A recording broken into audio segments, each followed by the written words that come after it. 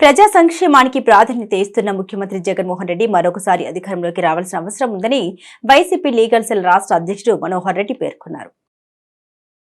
ప్రజా సంక్షేమానికి ప్రాధాన్యత ఇస్తున్న ముఖ్యమంత్రి జగన్మోహన్ రెడ్డి మరొకసారి అధికారంలోకి రావాల్సిన అవసరం ఉందని వైసీపీ లీగల్ సెల్ రాష్ట్ర అధ్యక్షుడు మనోహర్ రెడ్డి పేర్కొన్నారు. ముఖ్యంగా యువ న్యాయవాదులకు లా నేస్తం ద్వారా ఆర్థిక చేయూత అందిస్తున్న ముఖ్యమంత్రి జగన్మోహన్ రెడ్డిని రానున్న ఎన్నికల్లో గెలిపించుకోవాల్సిన బాధ్యత అందరిపై ఉందని ఆయన అన్నారు. జిల్లా పరిషత్ కన్వెన్షన్ హాల్లో జరిగిన వైసీపీ లీగల్ సెల్ విభాగం ఆత్మీయ సదస్సులో ఆయన పాల్గొన్నారు.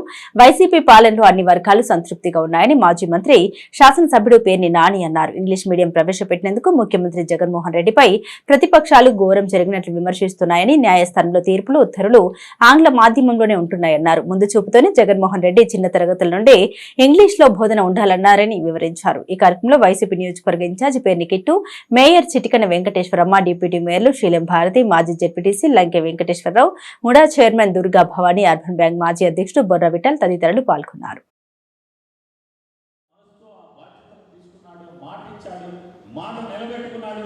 చేసి చూపించాడు. ఎవడో కూడా మనకు రావాలి కదా అంతగా. వాళ్ళ నాటికి జగన్ అనేవాడు ఈ న్యాయవాద వృత్తిని బతికించుతాడు. వాళ్ళు చాలామంది మాట్లాడతారు. పెద్దలు వెంకయ్యనాయుడు గారు మాట్లాడతారు, పెద్దలు చంద్రబాబు నాయుడు గారు మాట్లాడతారు, పెద్దలు పవన్ కళ్యాణ్ గారు మాట్లాడతారు.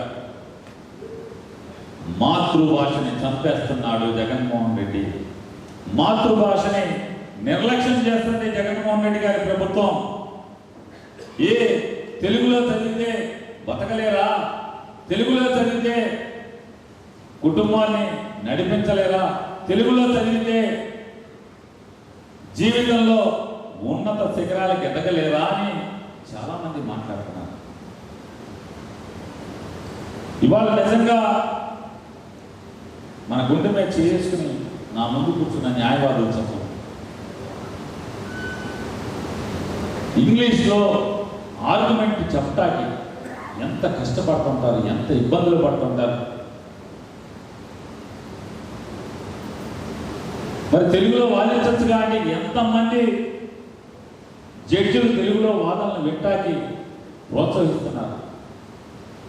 తెలుగు భాష దినోత్సవం రోజు మాత్రం సుప్రీం హైకోర్టు జడ్జి కాడి నుంచి, హైకోర్టు చీఫ్ జస్టిస్ కాడి నుంచి జిల్లా జడ్జి గారి వరకు అందరూ చెప్తారు తెలుగులోనే మేము మా ఆదేశాలన్నీ ఇస్తాం, తెలుగులో తీర్పులు ఇస్తామంటారు. ఎన్ని తీర్పులు తెలుగులో ఇస్తున్నారు, ఎన్ని ఆటల్లో ఇంటర్ మాటలు తెలుగులో పాస్ చేస్తున్నారు ఈ జడ్జిలు, ఎన్ని తీర్పులు మంచి మంచి తెలుగులో చెప్తున్నారు ఈ జడ్జి గారు. ఎవరు చెప్తున్నారు? తెలుగు భాష దినోత్సవం వచ్చినప్పుడు మాత్రం తెలుగులో మా తీర్పులు ఇస్తాం, తెలుగులో ఆర్డర్లు ఇస్తాం, తెలుగులోనే మా సందేశాలన్నీ పంపిస్తాం, తెలుగులో మా సమాచారం అంతా పంపిస్తూ ఉంటారు. వెబ్సైట్ కొట్టండి, తెలుగులో ఎక్కడుంది. వైఎస్ఆర్సీపీ లీగల్ సెల్ ఆత్మీయ సమ్మేళనం జరిగింది. 7 నియోజకవర్గాల నుంచి కూడా న్యాయవాదులు ఇందులో పాల్గొన్నారు. ప్రధానంగా న్యాయవాదులు ఎదుర్కొంటున్న సమస్యలు, అదేవిధంగా ఈ రాష్ట్రంలో వచ్చే ఎన్నికల్లో మరోసారి జగన్మోహన్ రెడ్డిని ఈ ఎన్నికల్లో గెలిపించాల్సిన గురుతర బాధ్యత ఎందుకుందో తెలియజేస్తూ, ఎందుకంటే అన్ని పార్టీలు ఒకవైపు, జగన్మోహన్ రెడ్డి గారు మాత్రమే మరోవైపు నిలబడుతూ ఈ ఎన్నికలు బ్రహ్మాండంగా జరగబోతున్నాయి. ఈ ఎన్నికల్లో నేను మంచి చేసింటేనే నాకు ఓటు వేయండి అన్న ప్రధానమైన నినాదంతో జగన్మోహన్ రెడ్డి గారు ముందుకెళ్తున్నారు. ప్రజా సంక్షేమం కానీ ప్రజా అభివృద్ధి కానీ ఈ రెండు కళ్ళలా చూస్తూ ఈ రాష్ట్రాన్ని విప్లవ పథాన్ని ముందుకు తీసుకొని పోయి అనేక సంస్కరణలకు ఆద్యునైనటువంటి వ్యక్తి, అనేక జీవితాల్లో మార్పులు చేర్పులు చేసిన వ్యక్తిగా, అదేవిధంగా ఈ ప్రభుత్వానికి మద్దతు తెలపాల్సిందిగా మా న్యాయవాదులంతా నిర్ణయించుకున్నాం. మరోసారి వైనాట్ 175 అనే నినాదంతో ముందుకెళ్తున్నటువంటి సందర్భంలో అన్ని నియోజకవర్గాల్లో కూడా వైఎస్ఆర్సీపీ లీగల్ సెల్ జగన్మోహన్ రెడ్డి గారి నాయకత్వాన్ని బలపరుస్తూ 175 సీట్లకు 175 గెలిపించుకునేదానికి కృషి చేస్తారని చెప్పి ఇక్కడ తీర్మానం చేయడం జరిగింది. ఈ మచిలీపట్నంలో కృష్ణా జిల్లా వైఎస్ఆర్సీపీ లీగల్ సెల్ తరఫున ఈ కార్యక్రమాన్ని, లీగల్ సెల్ ఆత్మీయ సమావేశాన్ని ఏర్పాటు చేయడానికి ప్రధాన కారణం జగన్మోహన్ రెడ్డి గారి ప్రభుత్వంలో మనం ప్రీతం ముఖ్యమంత్రి జగన్మోహన్ రెడ్డి గారు న్యాయవాదుల పట్ల ఎంతో సానుకూలతతో న్యాయవాదులకు ఎంతో మేలు చేయాలని ఆయన తీసుకున్న నిర్ణయం, న్యాయవాదుల్లో ఉన్న జూనియర్ న్యాయవాదుల పట్ల వాళ్ళు ప్రొఫెషన్లోకి రావగానే ఎంతో ఇబ్బందులను చూసి గుర్తించి ప్రతి జూనియర్ న్యాయవాదికి ప్రొఫెషన్లోకి రాగానే 3 సంవత్సరాల పాటు ప్రతి నెల 5,000 ఇవ్వాలని ఒక దృఢ సంకల్పంతో ఆ మాట ఇచ్చి, ఎలక్షన్ ముందు మాట ఇచ్చి ఆ మాట నెరవేర్చారు. అలాగే న్యాయవాదుల యొక్క భవిష్యత్తు కోసం, న్యాయవాదులకు కొంత ఇది కల్పించడం కోసం 100 కోట్ల వెల్ఫేర్ ఫండ్ ఏర్పాటు చేసి దానిలో 25 కోట్లు విడుదల చేసి ఆ 25 కోట్లను కూడా కరోనా కష్టకాలంలో ఒకరినొకరు పలకరించుకునే పరిస్థితి లేని రోజుల్లో 25 కోట్లు న్యాయవాదులకు ఆ లోన్ రూపంలో ఇచ్చి ఎంతో ఆదుకున్నారు. దానికి కృతజ్ఞతగా కృతజ్ఞత తెలియజేసుకోవడానికి జగన్మోహన్ రెడ్డికి ఈ న్యాయవాదుల ఆత్మీయ సమ్మేళనం కృష్ణా జిల్లా వైఎస్ఆర్సీపీ లీగల్ తరపున జరిగింది. అలాగే ఇంకొకటి ఏంటంటే ఈ రాబోయే కాలంలో జగన్ ఇంత సానుకూలత చూపించిన జగన్మోహన్ రెడ్డి పట్ల న్యాయవాదుల పట్ల చూపించిన జగన్మోహన్ రెడ్డి గారిని మరొకసారి సీఎం చేసుకోవాలి. దానికి ఏ విధంగా సన్నద్ధం అవ్వాలి, ఏ విధంగా మనం అందరం ముందుకెళ్లాలని ఆలోచించి మంచిగా సపోర్ట్ చేసి ఇక్కడ నుంచున్న జిల్లా వ్యాప్తంగా ఉన్న ఎవరైతే వైఎస్ఆర్సీపీ తరపున నిలబడతారో వాళ్ళందరికీ లీగల్గా ఏ అవసరం ఉన్నా వాళ్ళందరికీ సహాయం చేయడానికి మేమందరం కూడా ప్రయత్నించడానికి ఇది తీర్మానం చేసుకున్నాం. Thank you. రాబర్ట్సన్ పేటలోని శ్రీ రంగనాయక స్వామి దేవస్థానంలో నూతన ముఖ మండపం పునర్నిర్మాణానికి మాజీ మంత్రి శాసనసభ్యుడు పేర్ని నాని శంకుస్థాపన చేశారు.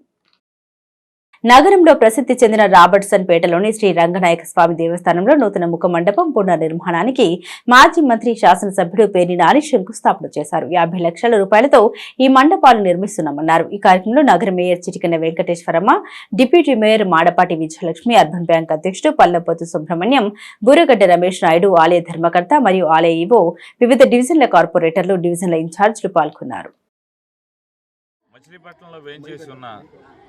శ్రీరంగనాయక స్వామి వారి ఆలయంలో ముఖ మండపం, అలాగే నృత్య మండపం, అంటే అంతరాలయానికి ముందున్నటువంటి ముఖ మండపం కానీ దాని తర్వాత వచ్చేటువంటి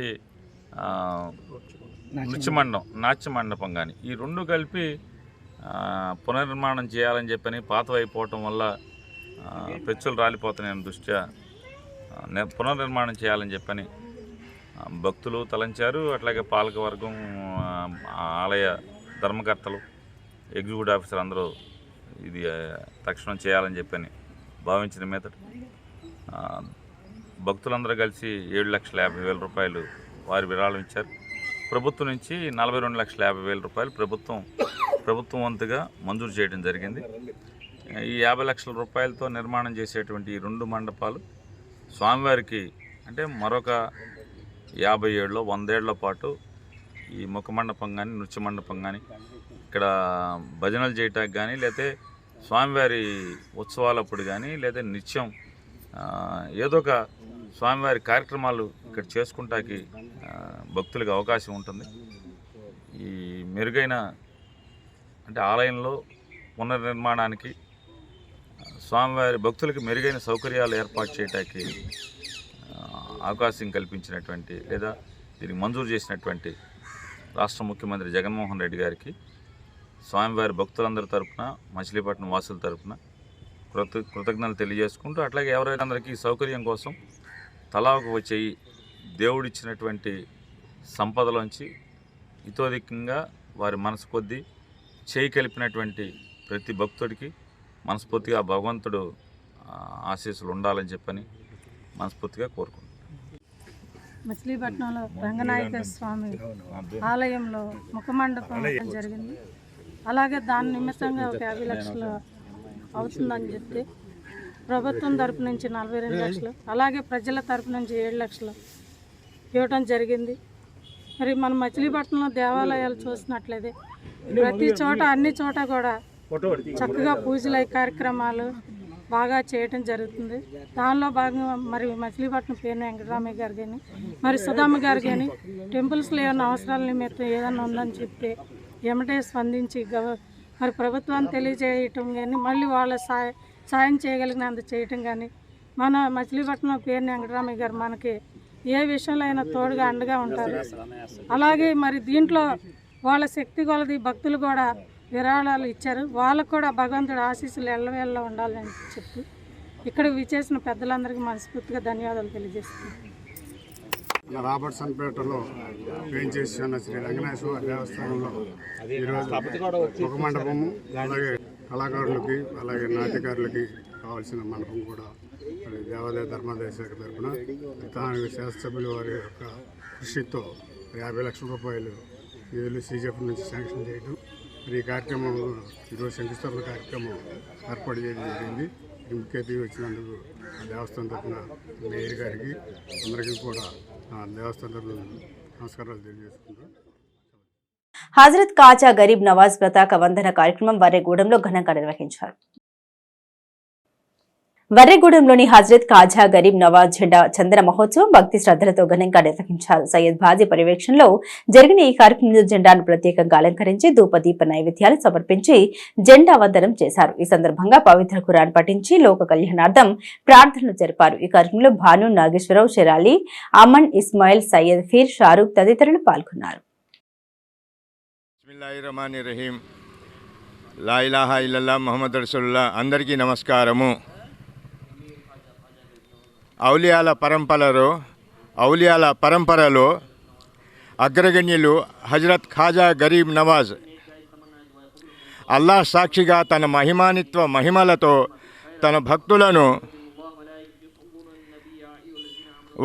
తన భక్తులు కోరిన కోరికలు తీర్చే కలియుగ దైవం హజరత్ ఖాజా గరీబ్ నవాజ్. ఆయన అల్లాహ్ సాక్షిగా తన మహిమలతో అనేక మహిమలను చూపారు. పవిత్ర ఖురాను గ్రంథం ప్రజలకు వివరిస్తూ అల్లాహ్ సర్వేశ్వరుడు ఒక్కడే అని, మానవులంతా సమానమేనని ఉద్బోధించారు. తరతరాలుగా కొనసాగుతున్న ఆధ్యాత్మిక జీవన స్రవంతిని అనుసరించడం ద్వారా శాంతి సామరస్య పూరిత జీవన విధానం వ్యక్తులకు అలవడుతుంది. ఆత్మజ్ఞానాన్ని సాధించి తద్వారా ఇహపర లోకాలలో ముక్తి పొందుతాడు. వ్యక్తి వికాసానికి ఆత్మిక ఔన్నత్యానికి నిదర్శనం ఖాజా గరీబ్ నవాజ్ ఔలియా వారి చందన మహోత్సవాలు. అందరూ సుఖశాంతులతో ఉండేటట్లు హజరత్ ఖాజా గరీబ్ నవాజ్ దీవించుగాక. ఆమీన్. कवि इस्माइल नमस्ते. ख्वाजा बंदे नवाज भारतवासी, ख्वाजा बंदे नवाज मानवतावादी. वंदे भारत मंदे भारत, वंदे भारत मंदे भारत. రిక్త హస్తాలతో వచ్చిన వారిని సాఫల్యాలు ఇచ్చిన మహామాన్వితులు ఖాజా బందే నవాజ్. నమస్తే. టీడీపీ అధినేత నారా చంద్రబాబు నాయుడు ముఖ్యమంత్రి కావాలని ఆకాంక్షిస్తూ కొల్లు రవీంద్ర దంపతులు చండీ హోమం ఘనంగా నిర్వహించారు. ప్రజా శ్రేయస్సు, రాష్ట్రం సుభిక్షంగా ఉండాలని ఆకాంక్షిస్తూ నియోజకవర్గ తెలుగుదేశం పార్టీ కార్యాలయంలో మాజీ మంత్రి, టీడీపీ పొలిట్ బ్యూరో సభ్యుడు కొల్లు రవీంద్ర ఆధ్వర్యంలో గత 3 రోజులు నిర్వహించిన వివిధ హోమాలు ముగిశాయి. టీడీపీ అధినేత నారా చంద్రబాబు నాయుడు ముఖ్యమంత్రి కావాలని ఆకాంక్షిస్తూ నియోజకవర్గ తెలుగుదేశం పార్టీ కార్యాలయంలో డాక్టర్ బాలకృష్ణ గురూజీ ఆధ్వర్యంలో మాజీ మంత్రి కొల్లు రవీంద్ర దంపతులు మహాచండీ హోమం, సుదర్శన హోమం, లక్ష్మీ నరసింహ హోమం వైభవంగా జరిపారు. హోమాలు పూర్తయిన క్రమంలో పూర్ణాహుతి అత్యంత ఘనంగా నిర్వహించారు. ఈ కార్యక్రమంలో మాజీ మంత్రి దేవినేని ఉమా మహేశ్వరరావు, టీడీపీ నాయకులు రావి వెంకటేశ్వరరావు, కాగిత కృష్ణప్రసాద్, పలువురు టీడీపీ నాయకులు పాల్గొన్నారు. యాగం నిర్వహించాలని డాక్టర్ ఉభయ వేదాంత ప్రవీణ బాలకృష్ణ గురూజీ గారిని సంప్రదించడం, వారు గత 3 రోజులుగా మచిలీపట్నంలో చండీ యాగం, అలాగే సుదర్శన యాగం, ఈరోజు నరసింహ స్వామి యాగాన్ని కూడా నిర్వహించుకోవడం జరిగింది. మరి ఈ సందర్భంగా మరి గురూజీ 3 రోజుల పాటు గురూజీ అలాగే వారి శిష్య బృందం అందరూ కూడా ఇక్కడే ఉండి లోక కళ్యాణార్థం అందరూ కూడా ఈ రాష్ట్రంలో అందరూ కూడా సుభిక్షంగా ఉండాలి, అందరూ కూడా సుఖ సంతోషాలతో ఉండాలి. ముఖ్యంగా ఈ రాష్ట్రాన్ని అహర్నిశలు కాపాడిన చంద్రబాబు నాయుడు గారు మరి అనేక ఇబ్బందులు పెడుతున్నటువంటి పరిస్థితుల్లో ఈరోజు రాష్ట్రం కోసం పోరాడుతున్నారు. వారికి ఆ భగవంతుడు అన్ని శక్తులు ఇవ్వాలని, రాబోయే కాలంలో ఈ రాష్ట్రానికి ఆయన సేవలు అందించాలని చెప్పి కోరుతూ మరి ఈ యాగాన్ని నిర్వహించుకోవడం జరిగింది. మరి గురూజీకి అలాగే వారి శిష్య బృందాన్ని అందరూ కూడా మనస్ఫూర్తిగా ధన్యవాదాలు తెలియజేస్తాను.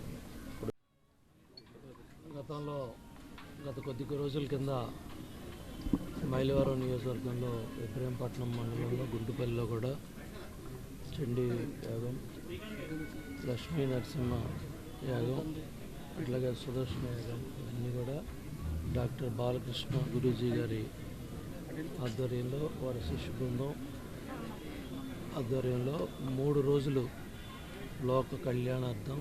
అదేవిధంగా ఈరోజు కూడా కొల్లు రవీంద్ర గారు ఒక మంచి సంకల్పంతో ఈ యాగాలన్నీ కూడా మచిలీపట్నం ఈ నియోజకవర్గంలో చండీ యాగం, లక్ష్మీ నరసింహ యాగం, సుదర్శన యాగం ఇవన్నీ కూడా లోక కళ్యాణార్థం కోసం ప్రజలందరూ కూడా సుఖశాంతులతో ఉండాలని గురూజీ వారి శిష్య బృందం అంతా కూడా 3 రోజులు ఇక్కడే ఉండి ఎంతో భక్తి శ్రద్ధలతో అమ్మవారిని అందరినీ కూడా ప్రార్థించుకోవటం, భక్తులు వేలాది మందిగా పెద్ద ఎత్తున తరలి రావటం. అదేవిధంగా చంద్రబాబు నాయుడు గారు రాష్ట్ర ప్రయోజనాల కోసం, రాష్ట్ర ప్రజల శ్రేయస్సు కోసం నిరంతరం దశాబ్దాలు దగ్గర 5 దశాబ్దాల పైగా రాజకీయాల్లో ఉన్న మహోన్నత వ్యక్తి, జాతి సంపద అయిన అటువంటి చంద్రబాబు నాయుడు గారి సేవలు ఈ రాష్ట్రానికి ఉండాలని, కావాలని ప్రజల ఆకాంక్షలు బలంగా కోరుకుంటున్న వేళలో దైవ ఆశీస్సులు కూడా ఉండాలని బాలకృష్ణ గురూజీ గారు మరి మా అందరితో కూడా ఇవన్నీ చేయించడం మా అదృష్టంగా భావిస్తూ తప్పకుండా అటు రాష్ట్ర ప్రజలందరూ కూడా మంచి జరగాలని, చంద్రబాబు నాయుడు నాయకత్వంలో ఈ రాష్ట్రం అన్ని విధాలుగా కూడా ముందుకెళ్లాలని మనస్ఫూర్తిగా కోరుకుంటూ మంచి సంకల్పంతో శ్రీ రాజలక్ష్మీ నమః. మొదటిగా ఆంధ్రప్రదేశ్ ప్రజలందరికీ కూడా మంచిది జరగాలని, అదేవిధంగా తెలుగుదేశం అధినేత నారా చంద్రబాబు నాయుడు గారి యొక్క ఆరోగ్యం మరియు ఆయన యొక్క నాయకత్వం వర్ధిల్లాలని మా స్నేహితులైనటువంటి రవీంద్ర గారు వచ్చి మమ్మల్ని సంప్రదించారు. ఇది ఉత్తమమైనటువంటి స్థానం. సముద్ర తీరంలో ఇలాంటి యాగాలు చేయడం వలన పదంత ఫలితం దొరుకుతుంది అని చెప్పి ప్రశ్నాశాస్త్రంలో వచ్చింది. అందుకోసం ఆ యొక్క భగవంతుడి అనుగ్రహం కోసం ఈరోజు మళ్ళీ నారా చంద్రబాబు నాయుడు గారి యొక్క నాయకత్వం వర్ధిల్లాలి. అలాగే ఈ 2024లో ఆయన ముఖ్యమంత్రి కావాలని చెప్పి ఒక సంకల్పం చేశారు. అందుకోసం భగవంతుడి యొక్క అనుగ్రహంతో మేము మరియు మా శిష్య బృందంతో కలిసి రాజ్యలక్ష్మి ఆరాధన, రాజ్యలక్ష్మి యాగం, అలాగే నవచండీ యాగం, సుదర్శన శతకంతో సుదర్శన యాగం, నారసింహస్వామి యాగం చేసి ఈరోజు త్రిదిన త్రికాలంగా చేసి మహాపూర్ణావతి చేసి ఉన్నాము. అదేవిధంగా ఆంధ్రప్రదేశ్ రాష్ట్రంలో ఉన్నటువంటి దుష్టశక్తులన్నీ నివారణ అయ్యి మంచి రాజ్యాన్ని పొందాలని చెప్పి కూడా భగవంతుడితో సంకల్పించుకొని, అదేవిధంగా ఈ రాష్ట్రంలో ఉన్నటువంటి ప్రజలు, రైతులు సుభిక్షంగా ఉండాలని చెప్పి మేము కూడా మనసారా శ్రద్ధాభక్తిగా భగవంతుడికి ఆరాధన యాగం చేసి సంకల్పించడం జరిగింది. శ్రీ కుసుమ హరనాథ 79వ ఆనంద మేళోత్సవంలో మచిలీపట్నం మండలం ఘంటలమ్మ పాలెంలో ఘనంగా నిర్వహించారు. శ్రీ కుసుమ హరనాథ 79వ ఆనంద మేళోత్సవాలు మచిలీపట్నం మండలం గంటలమ్మ పాలెంలో ఘనంగా నిర్వహించారు. గత 76 సంవత్సరాల నుండి శ్రీ కుసుమ హరనాథులు విశ్వ ప్రేమ సందేశాలను, ఆశయాలను ప్రచారం చేయట ధ్యేయంగా దేశంలోని వివిధ ప్రదేశాల్లో శ్రీ కుసుమ హరనాథ్ ప్రధాన సంస్థ ఆనంద మేళోత్సవాలు జరుపుతోందని, 79వ ఆనంద మేళోత్సవాలని గంటలమ్మ పాలెం గ్రామంలో నిర్వహించేందుకు ప్రచార సంస్థ కార్యవర్గం నిర్ణయించిన నేపథ్యంలో ఈ కార్యక్రమం జరిపినట్లు శ్రీ కుసుమ హరనాథ సేవా సమితి తెలిపింది. ఈ సందర్భంగా ప్రత్యేక పూజలు, సంకీర్తనలు, భజనలు అనంతరం శ్రీ కుసుమ హరనాథుల లీలా కళ్యాణం వైభవంగా జరిపారు. పెద్ద సంఖ్యలో పాల్గొన్న భక్తులకు అన్నదానం నిర్వహించారు.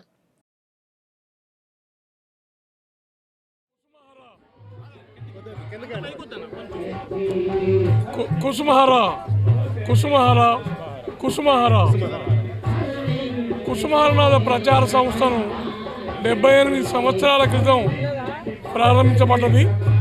శ్రీ కుసుమహరనాథుల తత్వం గూర్చి విరివిగా ప్రచారం చేసేందుకు ఈ సంస్థ ప్రారంభించబడ్డది. అయితే ప్రతి సంవత్సరం ఒక ప్రదేశంలో ఈ కుసుమహరనాథ ఆనంద మేళోత్సవం నిర్వహిస్తుంటాం. అయితే సాక్షాత్ కృష్ణా భిన్న స్వరూపుడుగా హరనాథుడిని మేము కొలుస్తుంటాం.